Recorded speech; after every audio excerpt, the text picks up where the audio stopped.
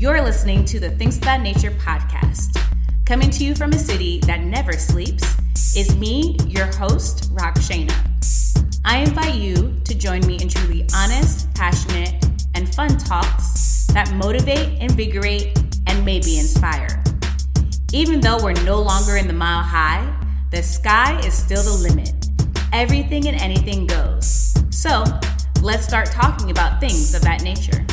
Hey everyone, thanks for tuning into this episode of the Things of That Nature podcast. Well, today we have a topic that I think a lot of people have thought about. And if you haven't thought about it, someone's thought about it for you. I know I thought about it. I went through it myself. It would have been Reecy here to help me out when I was going through my process. So today we're going to talk about like financial aid, college, and how to make it happen. So hi, Reecy. Thanks for coming on. Well, thanks for having me. I appreciate it. So first things first, how did you get in the world of financial aid, helping people with the whole college process? Okay, it's funny that you mentioned financial aid first, and that's how it happened. In February of 1979, I've been an estate planner for over 40 years, being in the insurance business and what have you. And I had an appointment with a divorcee, and her son was in the 10th grade. And I went there to talk about estate planning, an IRA, living trust, etc. And I got all the information. I reviewed her tax return and everything. And she said to me, my father just died, and my son inherited $40,000. But I think that's going to have some effect on his college. What can you do? I said, well, I don't know. But when I come back next week, I'll have some answers for you. So I did some research. And mind you, this is 1979. The assessment on student assets was 35% a year. Today, it's 20%. Wow.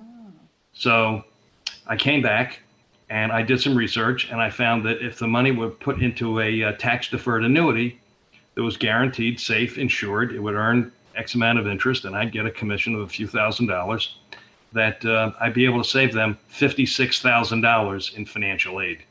She was kind of happy, and so was I. And I left, took care of business, and I said, gee, that was kind of easy. Maybe I should talk to more people about that. Mm-hmm. And I did. And I started doing asset repositioning to qualify families for more or maximum financial aid in some cases. And a couple of years down the road, I was sitting at the dinner table after these folks had dinner. It was a friend of mine. He referred me to his friend who had a kid in the 12th grade. And the father said to me, well, we know all about the financial aid end of the thing, but what can you tell us about admissions? Because first, my kid has to get in. I said, well, I don't know, but when I come back next week, I'll have some good answers for you. And I did some research, and I boned up on it, and I was able to help him get his son into college. Unfortunately, this is really interesting. I always tell this story. I'm sitting there at the table, and the father, and there were, I think he had 2 or 3 kids, and his wife was sitting there, and he said, one of my kids is adopted, but I can't remember which one. Exactly. I thought that was a phenomenal statement. I never forgot that. Unfortunately, he was the bad seed. He went around robbing his parents' friends' homes. Ooh. Yeah, right. He wound up going to jail. But in any event, I started doing more research, and years later, I opened up an office and was doing, I moved to Florida in 1994 and was doing seminars at high schools. And I opened up an office in 2000 in Boca Raton, and everything was going fine. And my friend said to me, my marketing guy, he said, you really ought to write a book. And I did some research, and I took off 7 months to write my book. And it was published in 2001, great success. And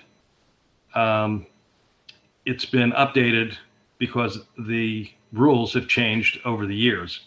But my website, Pay Less for College, has been around for close to 20 years. And with the pandemic, there, of course, were no in-school seminars. So I hooked up with a company that did solicitation for webinars. And I was putting on webinars for the past 5 months. And now schools are closed, and we'll be starting those again in the fall, in August rather. And I'm also contacting every single high school that was able to promote my flyer that I had mailed out to them. We're talking about dozens of high schools all over the country. And hopefully I'll be able to get back into the in-school seminar, because that's really where it is. Oh, I see. So with this process, I believe you're telling me before, it's a lot easier to get the financial aid versus getting in? Yes. And there are special rules. If a family is separated or divorced, there are special rules. I have a brochure for that. I'd be happy to send you one. You may want to send it out to your listeners. It's my divorced separated brochure. There have been situations where, I'll give you a perfect example. I had a client down here. The father was the custodial parent. He made a lot of money, and his daughter went to the University of Florida and got no financial aid. He came to one of my seminars. I sat down with him, and we legally changed the custodial parent to his ex-wife, who had minimal assets. And for the next 3 years, his daughter got a free ride. Wow. Legally, morally, and ethically. There are also special rules for families who own a business by at least 51%. If they do, they can put their children on the payroll as long as they're 14 years of age. And because they changed the tax rules, they could pay them $12,200 a year. They'll pay no tax. If the parents have the income, they'll pay thousands. Huh. That will save families thousands of dollars in income taxes, in addition to whatever financial aid I'm able to free up by doing asset repositioning and income planning. Wow, that's very interesting that that's a thing and it's a legal thing you can do. Yes, the federal government does not care what the individual does as long as they get a W-2. They can wash windows, answer phones, send or receive emails, and get paid $400 or $500 a week. As long as they get a W-2, earned income, no problem. Huh. That sheds some light on a lot of different things when it comes to getting your taxes done, as well as when it gets to applying for those student loans to get through. Absolutely. There are so many strategies. Now, remember, I've been doing this for over 35 years. I'm not the smartest guy in the world. I just happen to have more experience than virtually anybody else in the business. And that's all what it's all about, is experience. That is true. It doesn't matter the age or how long you've been around. If you haven't really invested work, time, and effort into it, then I don't think I trust you so much. Yes, but it's fun. I mean, the last appeal that the best appeal that I did on a financial aid offer was about 1.5 years ago, when COVID started, and I was able to, I write the student got an award. It was a $10,000 grant. And because of COVID and everything, I had also gotten her an additional $5,000 COVID grant. But that had nothing to do with appealing the $10,000 that she received. So I write all these appeal letters and the student signs it. It was about, I don't know, 8 or 9 lines. It was, the offer was received on April the 22nd. On the 25th, the appeal letter went off to the school, and 3 days later, she got an additional $36,000 in grant money. Wow. 3 days. Right. That usually doesn't work that fast. Yeah, and it's all documented. Oh, wow. That's nice. Yeah, So, they were rather happy. oh, I bet. And they gave me a nice testimonial. Right. Now, with this process through, you've been doing it for so long, what was one of the hardest cases that you've had? One that I'm working on right now. He has his second grader has a 529 plan with 178,000 in it. His 10th grader has 75,000. His 12th grader has 9,900, and his son at the University of Georgia has 7,200, and we're going to use that for the upcoming year.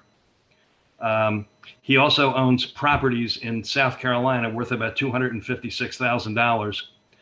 And to make a long story short, when he filled out the financial aid for his son a year and a half ago, their EFC, the expected family contribution, was $178,000. About 5 times the cost of the college. Right. So I'm working on doing asset repositioning with him to be able to qualify him and his family for tens of thousands of dollars in financial aid. Wow. That's a lot of asset repositioning there. Having 4 kids at different ages in school, 2 of them will be in school. The older one and the 11th grader, they'll be in school together.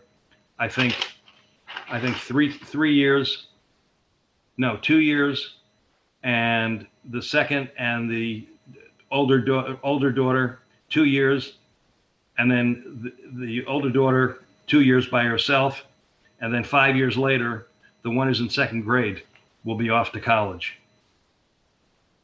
So he's got a really interesting situation because there's $265,000 in the 529 plan, and all that money needs to, some of it, of course, the 2 older boys, the older one, we're going to use his 7,200 for this year. He got a Hope Scholarship at the University of Georgia, so the net cost will be about $8,000 or $9,000. The second son has let's say $10,000, so that'll reduce his cost for the freshman year wherever he goes. We don't know yet because he's only going into the 12th grade in the fall. So there's a lot of income planning we need to do based on, and of course, college planning to determine what school's best and what his grades are going to be. I haven't seen his 11th grade transcript yet, but he's a pretty smart kid. And then of course the one that's now going into 10th grade, and she has 75,000. So we have to get her money out of there because it'll be counted against his other son, the older brother, and the one that's in second grade with 178,000. All that money is being assessed at 5.64% per year. Wow. That's the assessment on student assets. Huh. And it comes out to a lot of money. Right. Comes out to a lot. There's a lot going on with that one. So that makes sense. Yeah. Pretty the hardest and the most interesting one you got going on. Right. He also has $1 million in retirement money, and he has a Roth IRA that's got 80,000 in it, and he's 57. So in 2.5 years, we might use some of the Roth IRA money, depending on whether he wants to use that for college expenses, because he's got close to $1 million between him and his wife as far as IRA.